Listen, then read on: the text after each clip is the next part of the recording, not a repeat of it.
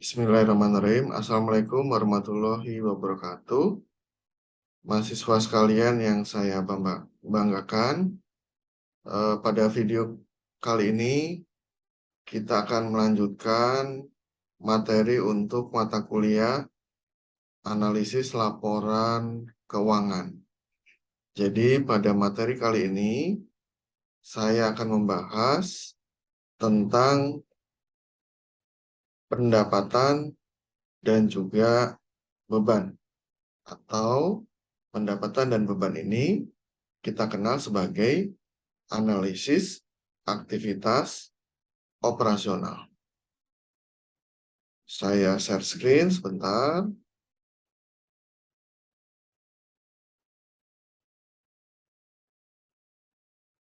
Oke, mudah-mudahan sudah terlihat ya.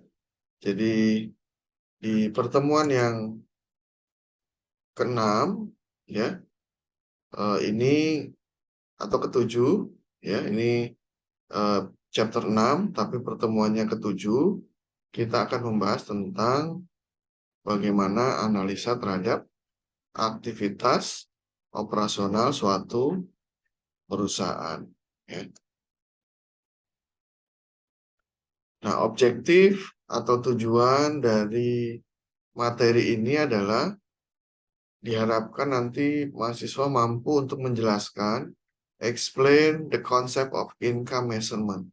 Jadi mahasiswa bisa menjelaskan bagaimana konsep dari pengukuran pendapatan dan their implication ya, dan implikasinya terhadap analisis terhadap aktivitas operasi ya.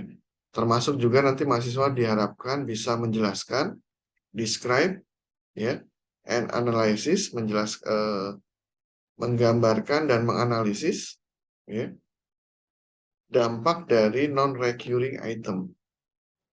Jadi ada item-item yang recurring atau berulang, dan ada item-item yang non-recurring, berarti tidak berulang. Kalau yang berulang itu contohnya yang terjadi memang setiap bulan. Contoh gampangnya adalah pembayaran gaji, beban gaji. Ya, itu adalah recurring item. Kalau yang non-recurring item, itu ada beberapa.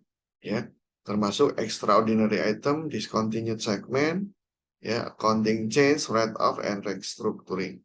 Itu adalah yang merupakan kategori non-recurring item. Yang ketiga, mahasiswa diharapkan juga bisa menganalisis revenue and expense recognition. Ya, bagaimana pengakuan pendapatan dan beban. Plus bagaimana resikonya terhadap laporan keuangan. Ya. Yang berikutnya, keempat, objektifnya adalah mahasiswa mampu menganalisis beban-beban yang ditangguhkan. Ya. Jadi kita mengenal ada beberapa beban yang ditangguhkan. Ditangguhkan di sini artinya terkait dengan aktivitasnya. Ya. Ada beberapa aktivitas yang sebetulnya itu akan nanti dikapitalisasi. Tetapi karena sesuatu hal, biaya-biaya yang terjadi itu belum bisa diakui atau belum bisa dikapitalisasi. Sehingga kita catatnya sebagai beban. Itu maksudnya dari defer charge. Ya. Ada contohnya research development and exploration. Ya, itu contohnya. Nanti kita jelaskan lebih mendalam. Yang berikutnya, explain supplementary employee benefit. Ya, menjelaskan bagaimana terkait tentang manfaat pegawai. Ya. And analysis the disclosure for employee stock option. Jadi ini ceritanya adalah bagaimana perusahaan itu memberikan manfaat kepada para pegawai. Kalau manfaat kepada pegawai berarti ini adalah sebuah beban bagi perusahaan. Bentuknya adalah stock option, ya, opsi saham. Nanti kita jelaskan juga. Berikutnya describe and interpret, ya, menjelaskan, menggambarkan, dan juga menginterpretasikan interest cost, biaya bunga, ya, termasuk juga bagaimana dampaknya terhadap income tax, ya, pajak pendapatan. Berikutnya analysis and interpret earning per share, discuss economic of employee stock option. Nah, itu adalah yang ingin kita sampaikan di pertemuan atau di materi kali ini tentang analisis aktivitas operasi, ya. Jadi kalau boleh digambarkan, ya, boleh saya gambarkan itu sebentar ya, supaya mahasiswa tidak bingung. Ya. Yang namanya aktivitas operasi, ya, itu yang pertama terdiri dari pendapatan, ya. Gak apa-apa ya tulisannya jelek. Dan yang kedua terdiri dari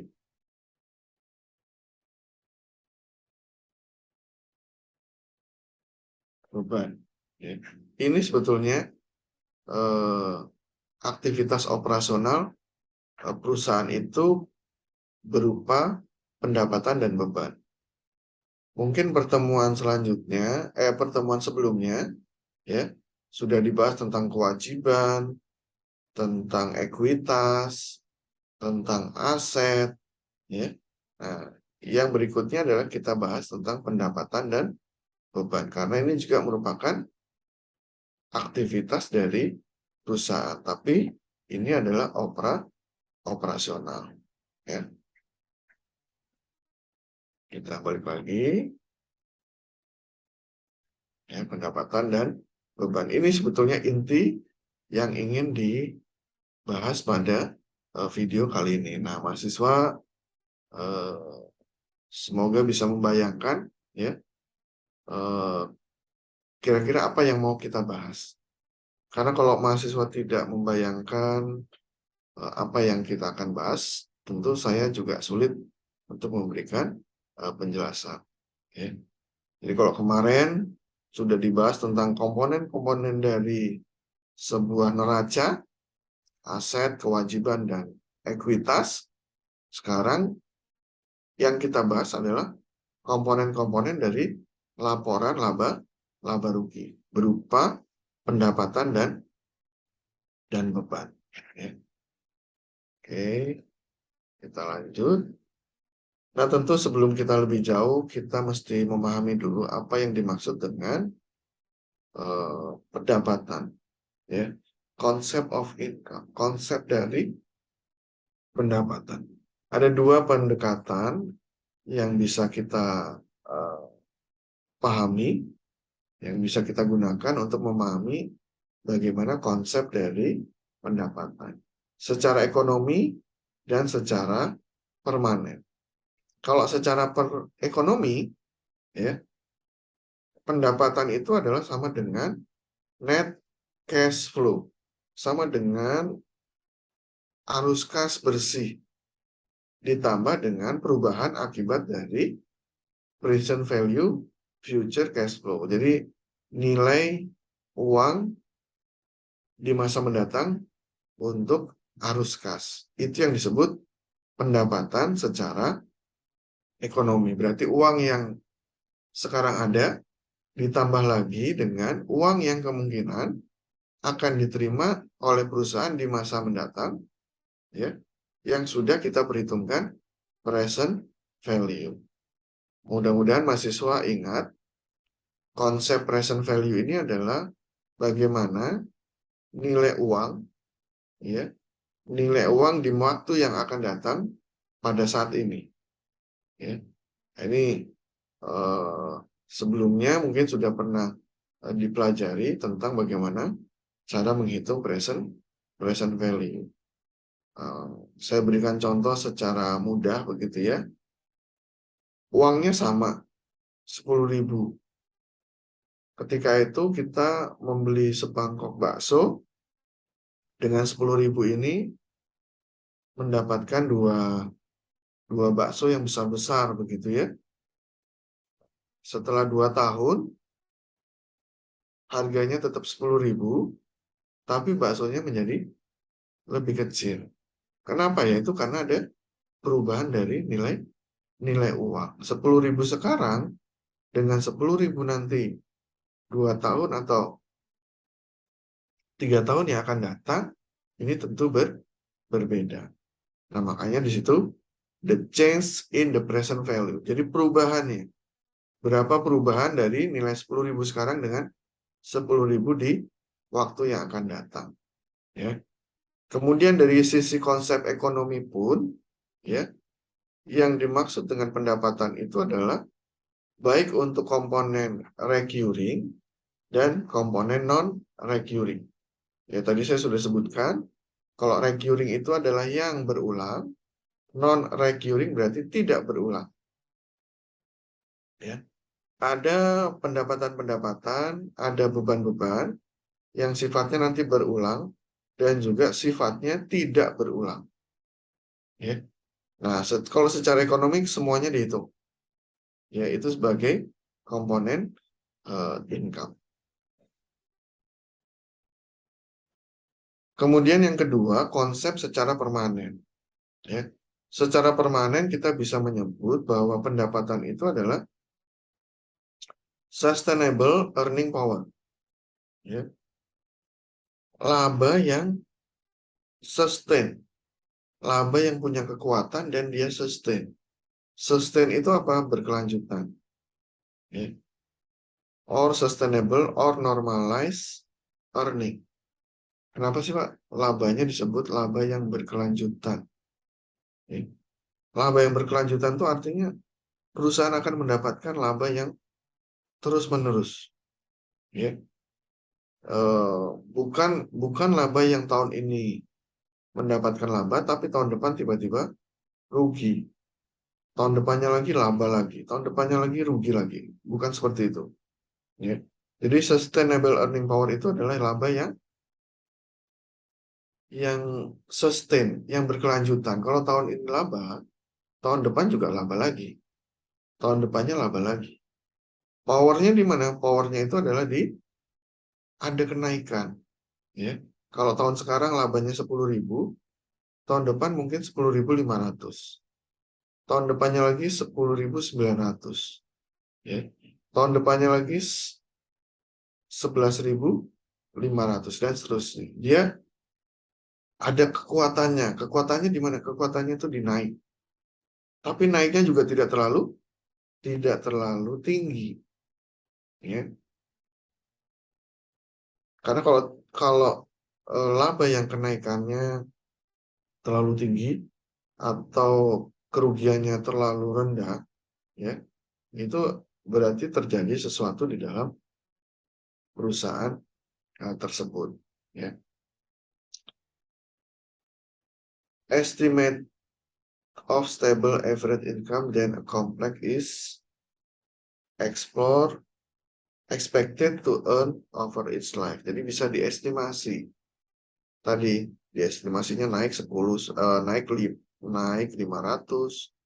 naik 400, naik 600, itu semuanya bisa diestimasi. Reflect a long term focus. Jadi kalau yang namanya permanen ya fokusnya jangka panjang, ya. Directly proportional to company value. Ada berhubungan langsung dengan nilai perusahaan. Ya. Kemarin kita sudah bicara bahwa nilai perusahaan itu salah satunya dinilai dengan menggunakan harga saham.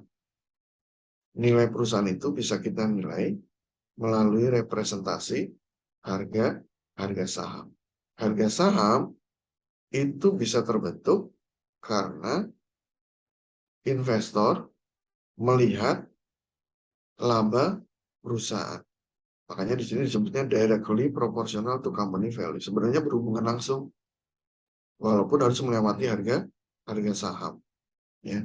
Jadi laba rugi perusahaan mempengaruhi harga saham akan mempengaruhi company value atau nilai perusahaan. Ya. Permanent income juga based on accrual accounting. Ya. Based on accrual accounting. Jadi kita mencatatnya berdasarkan basis accrual, akuntansi accrual. Ya. Di pertemuan ketiga kita sudah membahas laporan keuangan yang disusun berdasarkan cash basis, yaitu laporan arus kas. Nah, laporan laba rugi disusun berdasarkan accrual accounting. Nah, kemarin kita sudah diskusikan banyak, ya. Termasuk yang ini, suffer from measurement error rising because of accounting distortion. Nah, ini yang kemarin kita diskusikan. Mana yang dilihat terlebih dahulu? Laporan arus kas atau laporan laba rugi? Ya. Jadi, laporan laba rugi itu ada kemungkinan measurement error. Kenapa ya? Karena adanya accounting distortion. Ingat lagi, dibuka lagi, dilihat lagi chapter yang kedua atau di pertemuan yang kedua. Ya. Ada distorsi akuntansi. Kenapa angka-angka yang ada di dalam akuntansi itu terdistorsi? Ya. Berikutnya, accounting income consists of ini. Ya. Ada beberapa klasifikasi dari laba akuntansi. Ya. Yang pertama yang kita sebut permanen komponen atau komponen permanen. Komponen permanen ini adalah yang sifatnya recurring. Ya. Waktunya berulang. Terjadi lagi. Ya. Itu sebutnya permanen komponen. Yang kedua, transitory komponen.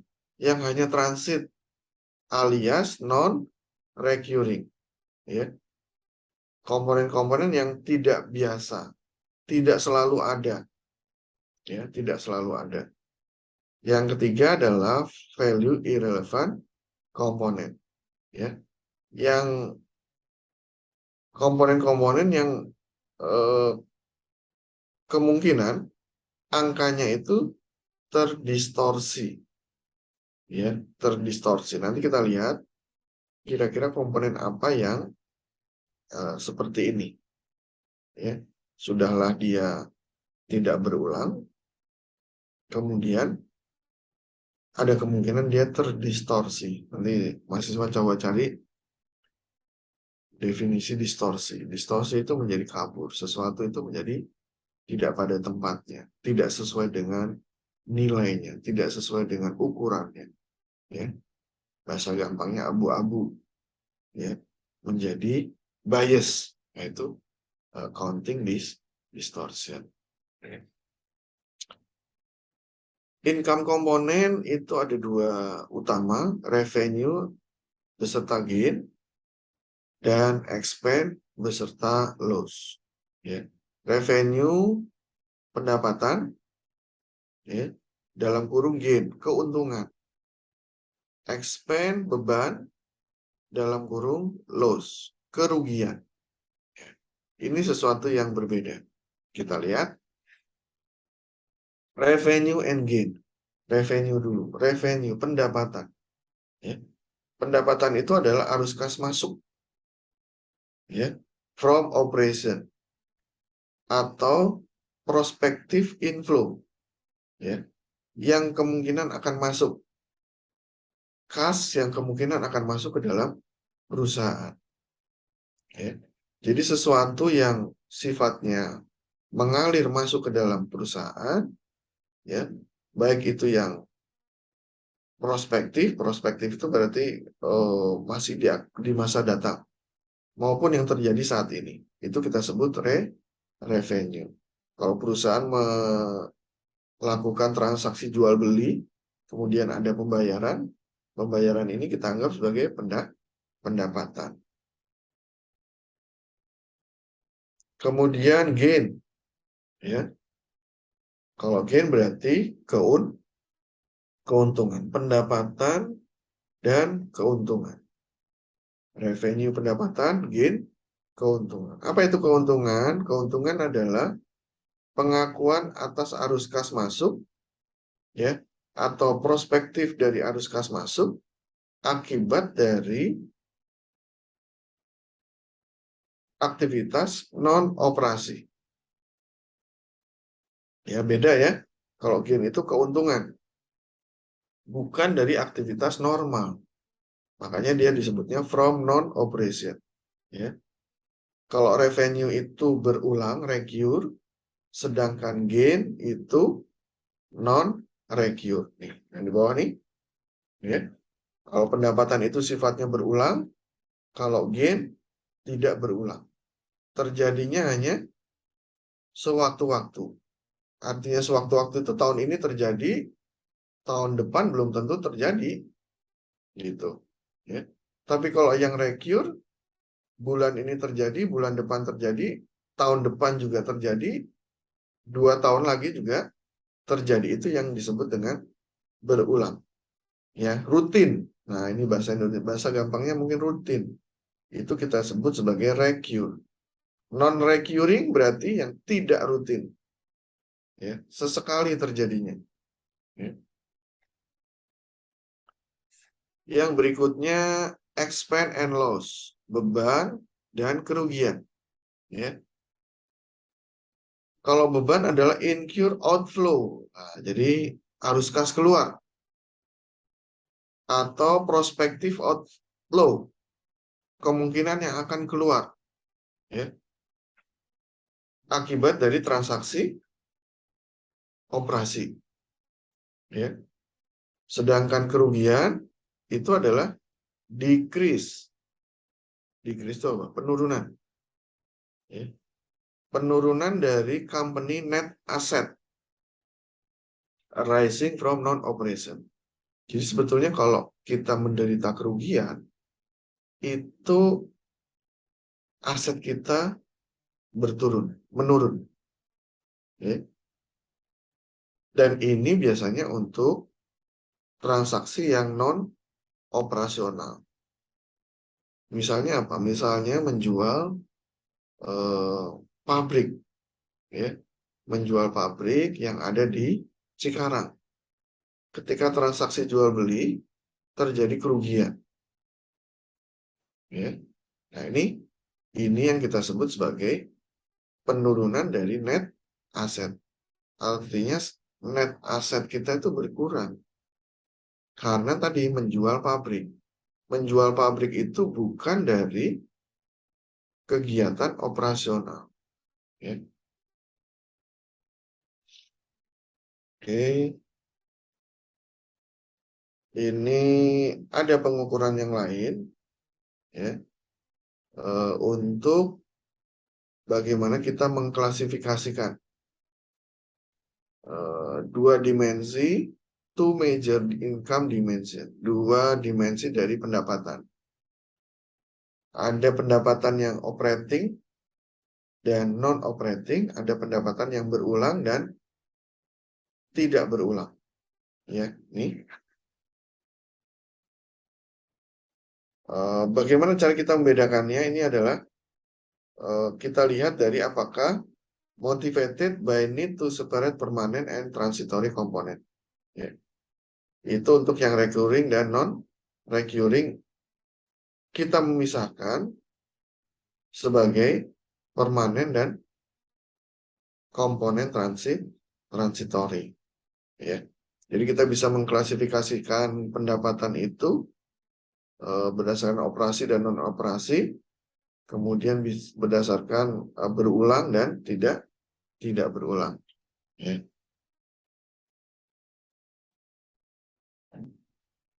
Alternative net income statement measurement. Ya. Ini ada beberapa istilah yang digunakan untuk pengukuran dalam laporan laba rugi. Jadi di dalam laporan laba rugi itu nanti ada beberapa istilah bagaimana kita bisa mengukur income perusahaan, pendapatan perusahaan. Ada yang namanya net income. Net income ini sebutnya bottom line.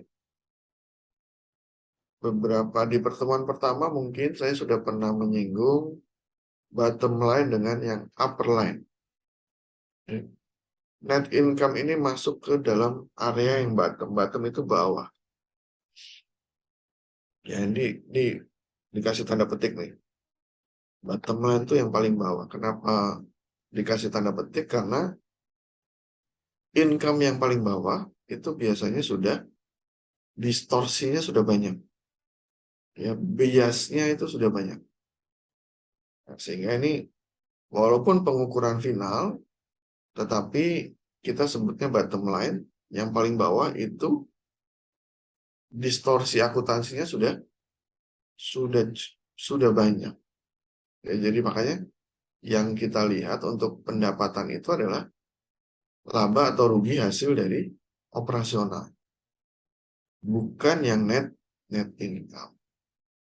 Boleh net income, tapi mesti hati-hati. Ya.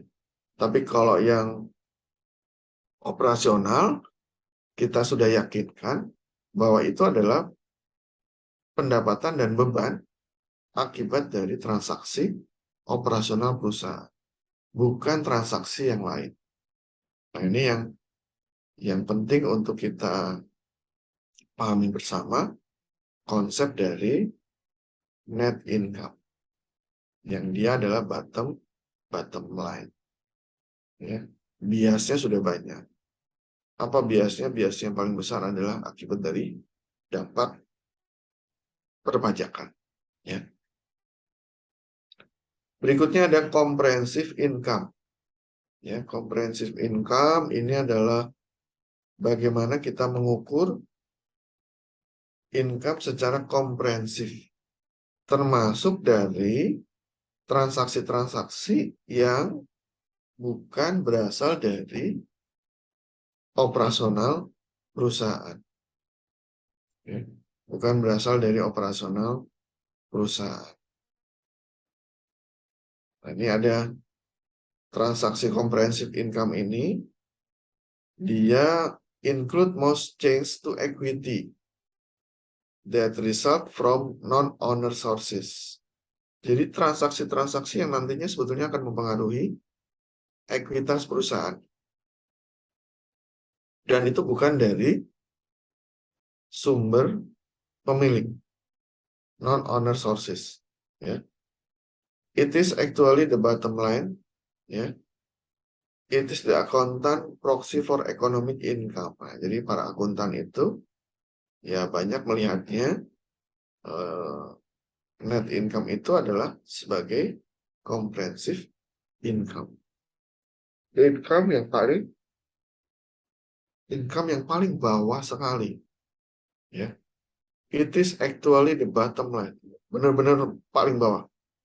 Di bawahnya net income. Sudah ada transaksi-transaksi yang tidak ada hubungannya dengan operasional. Ya. Nanti ada kita lihat. Ya. Continuing income. Ya. Pendapatan dari operasi yang berlanjut. Ya. Apa itu operasi berlanjut? Operasi yang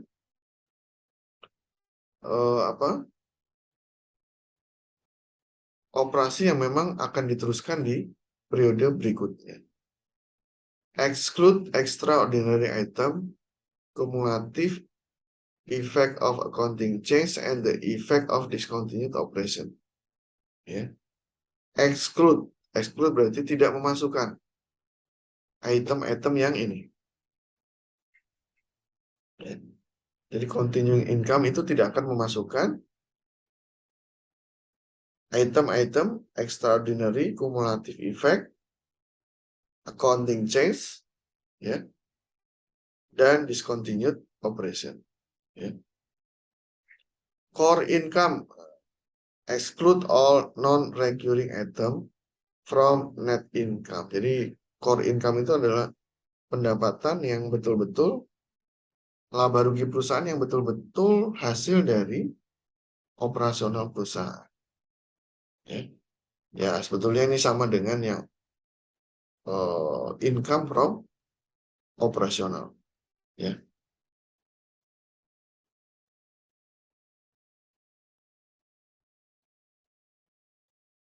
Nah, ini yang penting ya, bagaimana kita menganalisis eh, laba rugi perusahaan. Ya, ini analisisnya operating versus non operating income. Ya. Nah, operating income ya sudah pasti pendapatan hasil dari operasi perusahaan. Ya. Kita harus pastikan ya bahwa itu memang income generated from operation, income yang dihasilkan dari operasional perusahaan. Kemarin masih ingat kasusnya Garuda, apakah itu income generated from operation atau bagaimana? Karena dia mengakui pendapatan apa tuh? Pendapatan kerjasama dengan pihak ketiga yang sebetulnya masih kerjasamanya masih berjalan beberapa tahun ke depan. Tapi dia tarik pendapatannya kepada saat ini dengan alasan kontraknya tidak bisa dibatalkan. Ya. Jadi kita harus betul-betul pastikan bahwa operating income itu terdiri dari pendapatan-pendapatan perusahaan yang memang dihasilkan dari operasi. Ya. Fokus on income for the company. Ya, fokusnya pendapatan untuk perusahaan, bukan untuk si equity holder. Ya. Contohnya apa? Contohnya itu. Financing revenue dan expense are exclude. Ya. Pendapatan pendanaan dan beban pendanaan itu dikecualikan. Ya, dikecualikan. Pertain only to ongoing business. Ya. Ini hanya untuk yang bisnis yang berkelanjutan. Ya. Kalau dia discontinued ya tidak bisa kita masukkan. Ya. Non operating income. Ya, semua komponen dari net income yang bukan hasil dari operasi. Ya. Bukan hasil dari operasi. Nah, ini bagaimana kita menganalisis comprehensive income tadi. Ini adalah contoh-contohnya nih. Ya. Kan paling bawah itu ada net income. Setelah net income ini ada lagi item-item ini. Ya. Apa saja itemnya ini? 1, 2, 3, 4. Ini contohnya. Ya. Unrealized holding gain or loss. Keuntungan atau kerugian yang belum direalisasi atas surat berharga pasar modal. Jadi contohnya gini, perusahaan punya saham. Ya. Saham ini di pasar modal itu harganya naik. Ya. Nah, kenaikan harga inilah yang dicatat sebagai unrealized holding gain or loss. Non-marketable securities. Sebetulnya sahamnya tidak dijual. Tapi di luar sana, harga saham kita naik. Ya. Karena harga saham kita naik, maka disebutnya laba yang belum direalisasi. Unrealized holding gain. Kalau harganya turun sebaliknya berarti unrealized holding loss. Ya. Kemudian foreign currency translation. Translasi itu adalah merubah laporan keuangan dalam mata uang rupiah ke mata uang dolar. Ya. Akibat perubahan ini kemungkinan akan ada selisih kurs. Nah, selisih kurs ini, ya, kalau kursnya semakin tinggi, berarti kita akan mendapatkan keuntungan plus. Tapi kalau kursnya menurun, ya kita rugi. Ya. Yang ketiga, post retirement benefit adjustment. Ini penyesuaian akibat dari manfaat purna karya. Jadi kemarin saya sebutkan manfaat purna karya itu harusnya disesuaikan secara periodik. Tapi kalau perusahaan tidak mau menyesuaikan, ya angkanya tidak valid, bias, terdistorsi. Ya. Nah, akibat penyesuaian ini juga mengakibatkan other comprehensive income. Ya. Yang keempat, unrealized holding gain or loss on derivative instrument. Nah, ini juga sama dengan yang nomor satu, cuman instrumennya saja yang berbeda. Ini adalah instrumen derivatif. Ya. Kalau ini instrumen pasar modal. Apa bedanya? Bedanya adalah, sebentar. Ya, kalau marketable securities, instrumennya ada di pasar. Tapi kalau derivatif, instrumennya baru akan terlihat nilainya apabila suatu kejadian di masa yang mendatang itu terjadi. Apa kejadiannya? Ya, apakah jadi dibeli atau tidak jadi dibeli. Ya. Nah, setelah diperhitungkan semua ini, maka muncullah yang namanya comprehensive income. Ya, itu cara perhitungannya. Berikutnya adalah non-recurring item. Item-item yang tidak berulang. Ada extraordinary item, ya walaupun ini sekarang sebetulnya istilah ini sudah tidak diperkenankan lagi. Ya, sudah tidak ada istilah untuk extraordinary item. Ya. Dulu extraordinary item ini adalah peristiwa luar biasa. Ya, peristiwa luar biasa. Yang kedua, yang termasuk non-recurring item itu adalah discontinued segment. Jadi kalau ada bagian dari perusahaan yang tidak dilanjutkan operasionalnya, itu disebutnya discontinued segment. Yang ketiga, accounting change, perubahan akuntansi. Yang keempat, restructuring charge, biaya restrukturisasi. Yang kelima, special item. Ya. Contohnya apa? Impairment, restructuring charge. Ya. Nah, ini bagian dari yang ini kok double salahnya ya. Kita perbaiki dulu ya. Ini restructuring.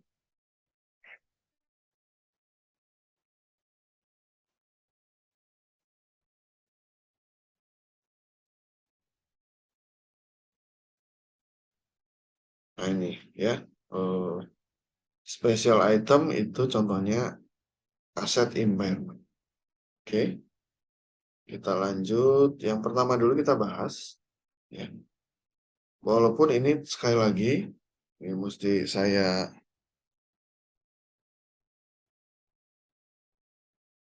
yang namanya extraordinary item itu sekarang sudah tidak diperkenalkan. Ya. Istilah ini sudah tidak ada lagi. Diganti dengan istilah tadi, comprehensive income. Ya. Kenapa istilah ini tidak diperkenankan lagi? Karena peristiwa-peristiwa luar biasa, peristiwa-peristiwa eh, spesial, ekstra, ya, itu sekarang semuanya sudah bisa diprediksi. Ya. Dulu yang dimaksud extraordinary item ini adalah misalnya ada kebakaran. Itu katanya disebut extraordinary item. Suatu pabrik gudangnya terbakar.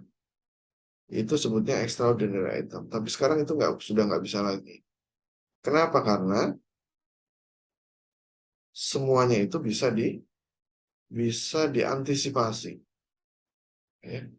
Bisa diantisipasi dengan menggunakan asuransi, ya. Dan sudah ada juga pencatatan, ya, pencatatan persediaan. Kalau persediaannya itu harus terbakar, pencatatan persediaan yang menggunakan harga pasar, ya. Termasuk di sana adalah extraordinary item ini nih. Gempa bumi, ini badai, tornado, ya. Kalau kita lihat di film-film itu yang namanya tornado itu kan serem, ya. Di Indonesia saja kalau ada angin puting beliung itu sudah masuk TV. Apalagi tornado. Kalau tornado itu sapu bersih semuanya. Mobil aja bisa keangkat. Rumah bisa keangkat. Semuanya bisa terangkat, ya. Oh, ya ini contoh-contoh extraordinary item, ya. Saya tidak membahas lebih lanjut karena memang item ini di Indonesia sudah tidak diperkenankan untuk dipakai dalam mencatat laporan laba rugi, ya. Yang kita catat yang kedua saja. Yang kita bahas yang kedua nih, discontinued operation. Ya. Discontinued operation income statement for the current and prior 2 years are restated after exclude the effect of discontinued operation. Jadi gain or loss from the discontinued operation are reported separately, net of tax. Ya. Jadi discontinued operation itu tadi saya sudah sampaikan sekilas bahwa ketika ada operasi perusahaan yang tidak dilanjutkan, dihentikan, ya. Nah, kalau ada seperti ini, maka laporan laba rugi itu harus di restatement, ya, dengan exclude, ya, dengan tidak memasukkan dampak dari discontinued operation ke dalam laporan laba rugi. Jadi kita pengen lihat perusahaan ini sebetulnya menghentikan operasionalnya itu kenapa? Apakah karena perusahaannya rugi atau bagaimana? Ya, kan tidak harus atau tidak selalu ketika ada bagian yang dihentikan itu mengindikasikan perusahaannya rugi, nggak selalu, ya. Walaupun kecenderungannya seperti itu, ya. Walaupun kecenderungannya seperti itu. Tadinya punya pabrik tiga tempat, sekarang ada satu pabrik yang dihentikan, ya. Nah, itu ada kecenderungan sebetulnya kerugian, tapi sebetulnya nggak harus sih. Kalau ada kejadian seperti itu, kita harus merestate. Ya, jadi kita menghitung berapa laporan laba rugi dengan tidak memasukkan dampak dari discontinued operation. Ya. Gain or loss, nah ini laba atau rugi itu dilaporkan secara terpisah, net of tax. Ya.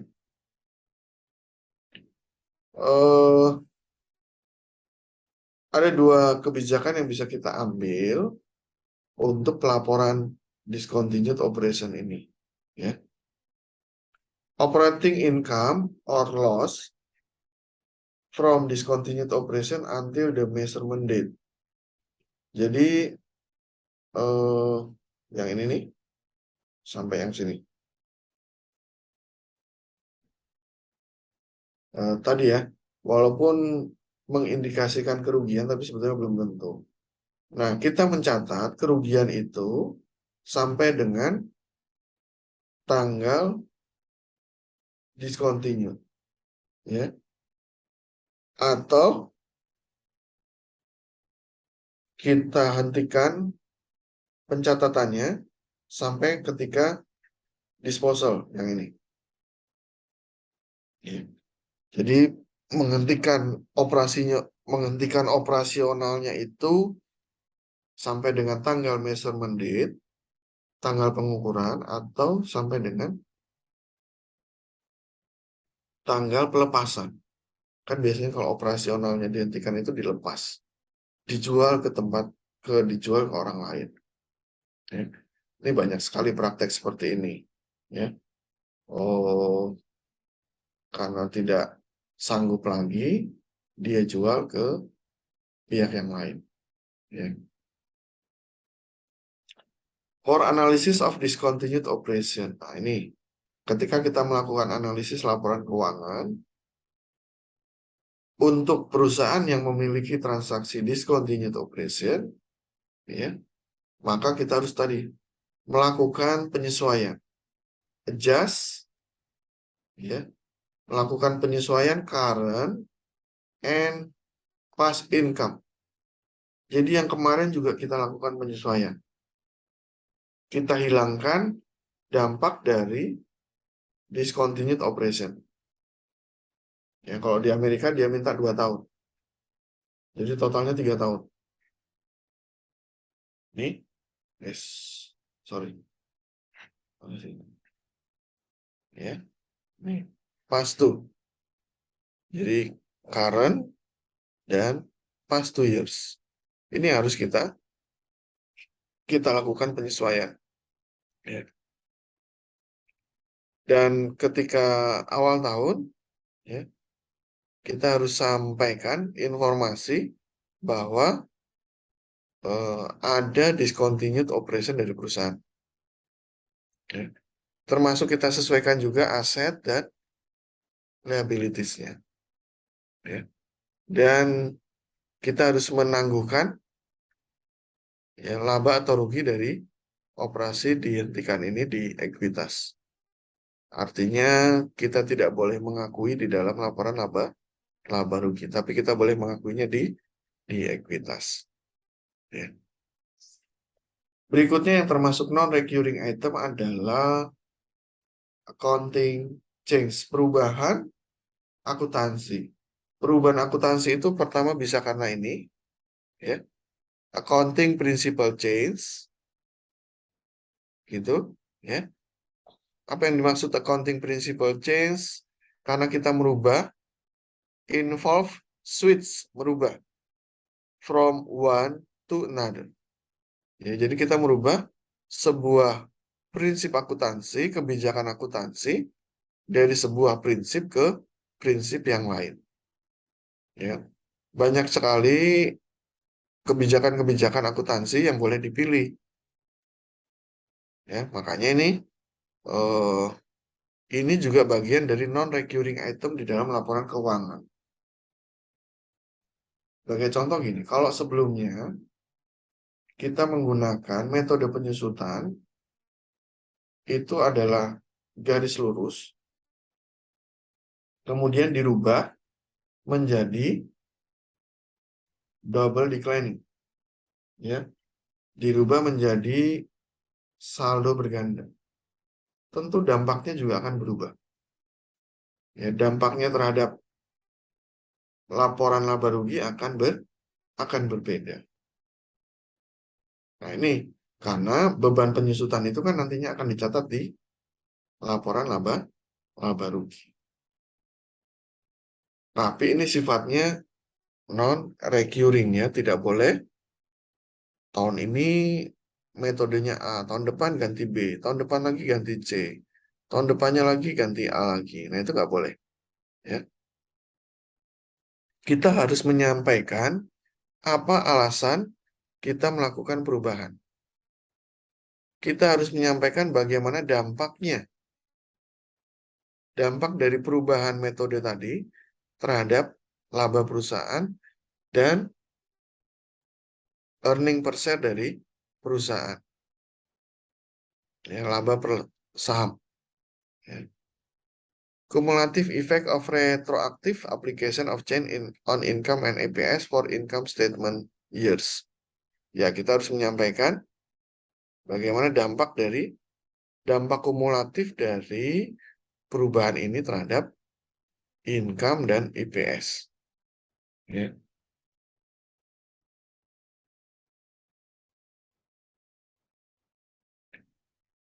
Jenis yang kedua perubahan akuntansi adalah ini, ya, accounting estimate change, perubahan dalam estimasi. Ya. Contohnya apa nih? Kita mengestimasi pemakaian aset. Jangka waktu pemakaian aset perusahaan itu 5 tahun.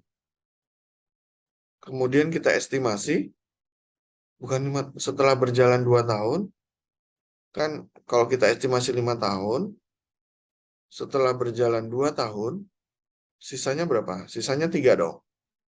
Ya. Tapi ternyata setelah diestimasi ulang, sisanya bukan 3, tapi 5. Jadi sebetulnya totalnya jadi 7. 5 yang awal ditambah 2 yang revisi. Ya. Nah, ini juga bagian dari non-recurring item. Dampak terhadap perubahan akuntansi akibat dari perubahan estimasi ini juga akan berdampak kepada laporan laba rugi. Kenapa jumlah pembaginya pasti? Kalau tadi untuk penyusutan, ya, maka jumlah pembaginya juga akan berbeda.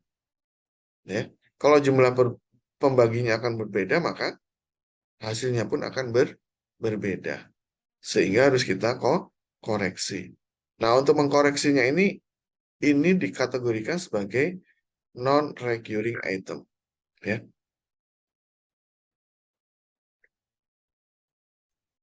Prospective application, a change is accounted for in current and future period. Nah, ini kalau kita ada perubahan dalam estimasi, maka itu berlaku prospektif. Ya. Berlaku untuk saat ini dan future. Ada satu lagi istilah retrospektif. Kalau depannya pasti balik lagi ke belakang. Artinya berlaku juga untuk masa yang sebelumnya. Tapi kalau perubahan estimasi akuntansi itu berlakunya prospektif. Ya. Kita harus melakukan apa nih? Kita harus mengungkapkan dampak dari perubahan ini terhadap current asset dan EPS. Oke. Nah, ini sekarang bagaimana cara menganalisis perubahan akuntansi. Ya. Ini bentuknya pertanyaan sebetulnya. Ya. Apakah perubahan akuntansi itu kosmetik? Kosmetik itu apa? Mempercantik kan sebetulnya. Apakah perubahan akuntansi ini ditujukan untuk mempercantik laporan keuangan? Ya. Menghasilkan cash nggak? Ya. Dengan adanya perubahan ini, cash-nya akan berubah atau enggak? Nah, itu yang pertama. Ya. Kemudian yang kedua, apakah dengan perubahan tersebut better reflect economic reality? Apakah perubahan itu nantinya akan benar-benar mencerminkan dampak dari ekonomi? Ya. Kemudian kita hati-hati, perubahan akuntansi itu bisa merupakan bagian dari reflect earning management. Can reflect, ya, bisa merupakan bagian dari earning management.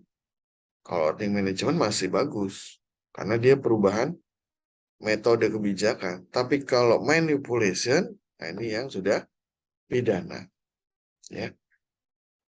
Kemudian juga kita bandingkan, kita lakukan analisis dengan melakukan perbandingan, ya, apple to apple, dampak dari perubahan akuntansi ini. Ya. Dampaknya baik untuk ekonomik maupun permanen income, ya.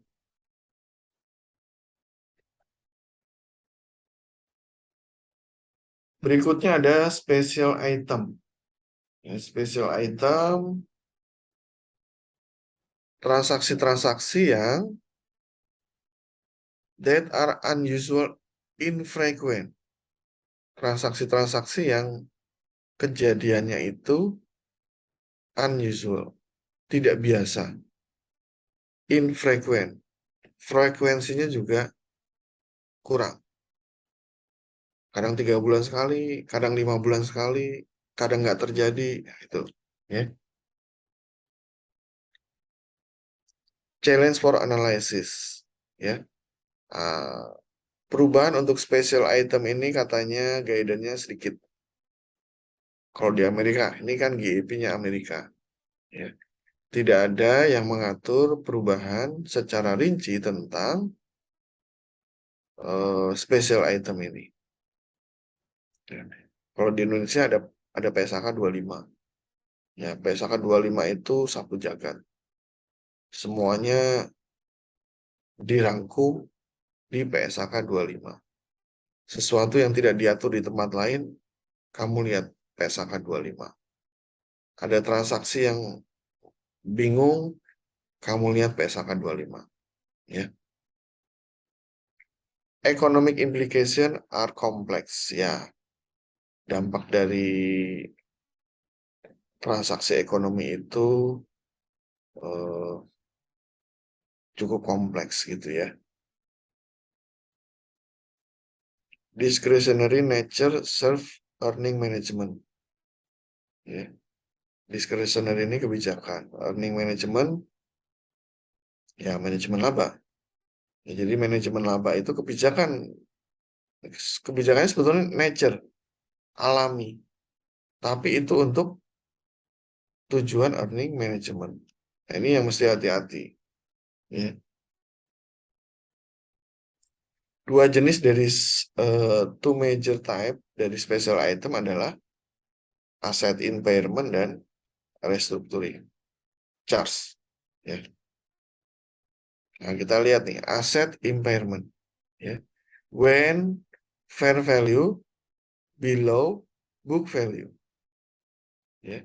Nilai wajarnya itu di bawah dari nilai buku. Jadi pasar itu sudah tidak menghargai. Ya. Harga pasar itu lebih kecil, ya. Fair value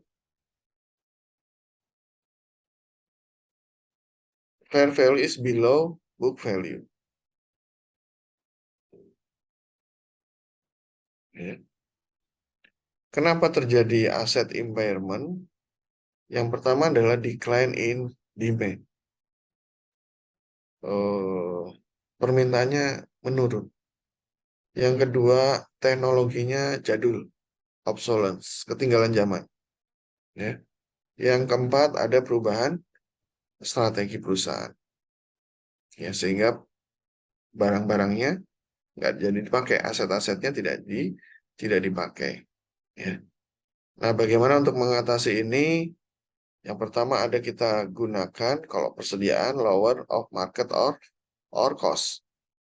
Ya, kita gunakan teknik pelaporan nilai persediaan mana yang lebih rendah antara pasar dengan harga bukunya, nilai bukunya. Ya. No disclosure about determination of amount.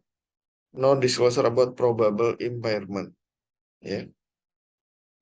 Jadi tidak ada pengungkapan tentang berapa nilai, ya bagaimana kita menentukan nilai dari asetnya.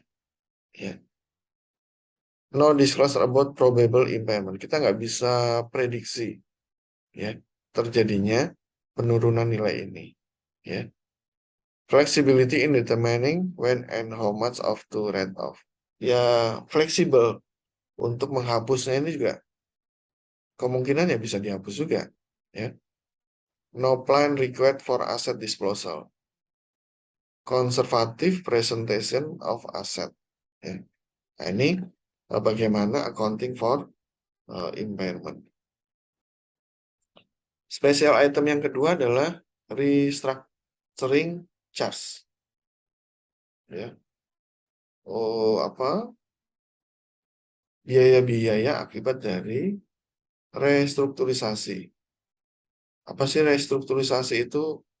Major change. Major change itu perubahan besar di dalam sebuah perusahaan. Ya. Extensive reorganization. Organisasinya di dirubah, ya. Ada divestasi bisnis unitnya, ya. Ada sebagian unitnya yang dilepaskan, ya. Terminating contract and joint venture. Masa berlakunya habis, masa berlaku kontraknya habis, ya. Contohnya apa? Contohnya kalau eh, jual apartemen.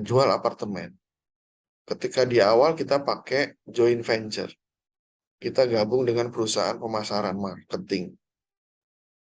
Begitu 90% sudah dijual, kontraknya kita selesaikan, kita sudahi, ya.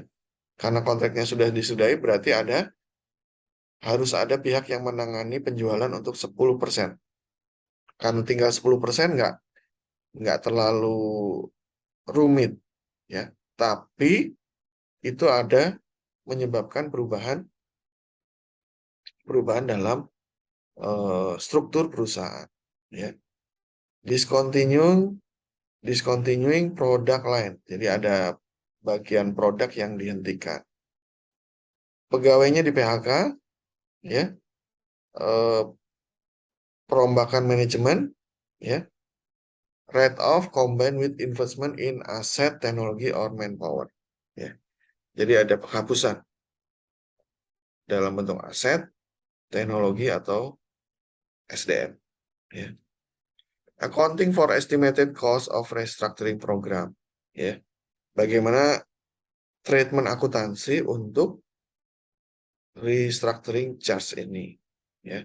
Kita bisa masukkan biaya-biaya yang muncul itu sebagai provisi, ya. Kemudian kita charge estimated cost to current income. Kita juga bisa mencatatnya di current income, ya. Actual cost involve adjustment again the provision when incurred, ya. Biaya-biaya yang memang real terjadi, yang aktual terjadi, itu bisa kita masukkan di dalam provisi ketika terjadi.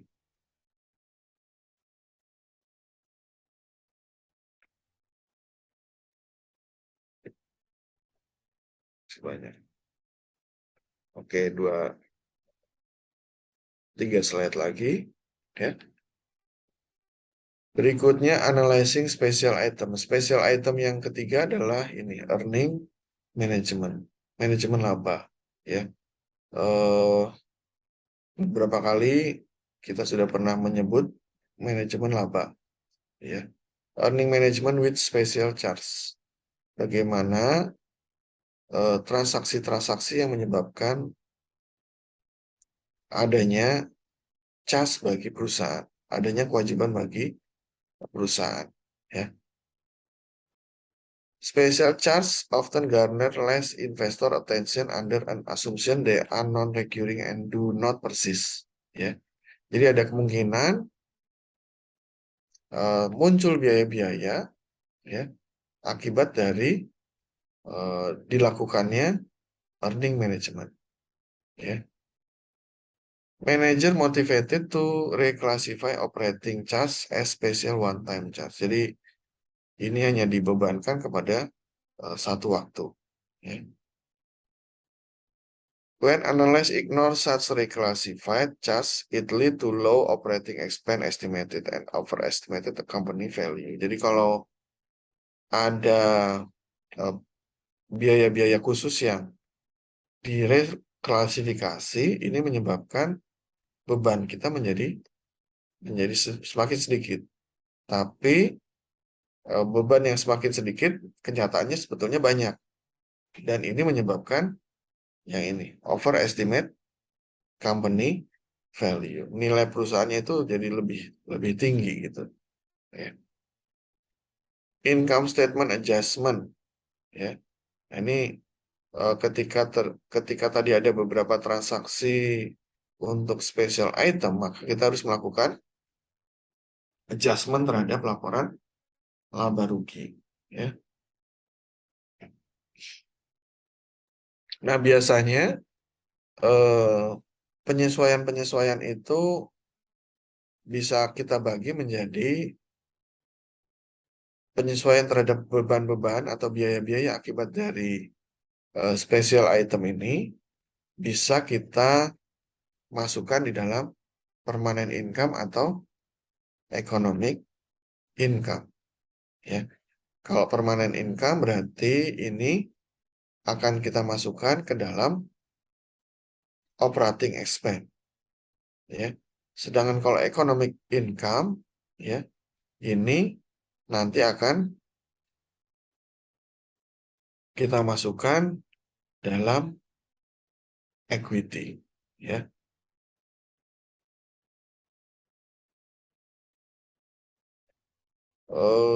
Balance sheet after special charge often better reflect business reality by reporting asset closer to net realizable value. Jadi setelah adanya tadi transaksi-transaksi yang special charge tadi, ada impairment, ya, ada apa tadi, earning management, ya, itu memungkinkan atau itu harus kita betul-betul perhatikan dampaknya, ya. Dampak dari adanya special item ini betul-betul harus kita perhatikan, ya. Dampak yang pertama itu adalah dampak terhadap provision atau net again equity. Artinya kewajiban-kewajiban apa yang kemungkinan muncul akibat dari transaksi special item tadi, ya. Kemudian kalau ada apa nih, penghapusan, ya, nah, ini kita harus cermati juga apakah penghapusan itu nanti akan berdampak luas bagi perusahaan, ya. Nah, itu kira-kira oke untuk yang video kali ini. Kita cukupkan dulu, nanti kita sambung dengan video yang berikutnya. Jadi masih ada beberapa slide sebetulnya untuk yang analisis aktivitas operasi ini. Kita nanti gabung dengan slide berikutnya.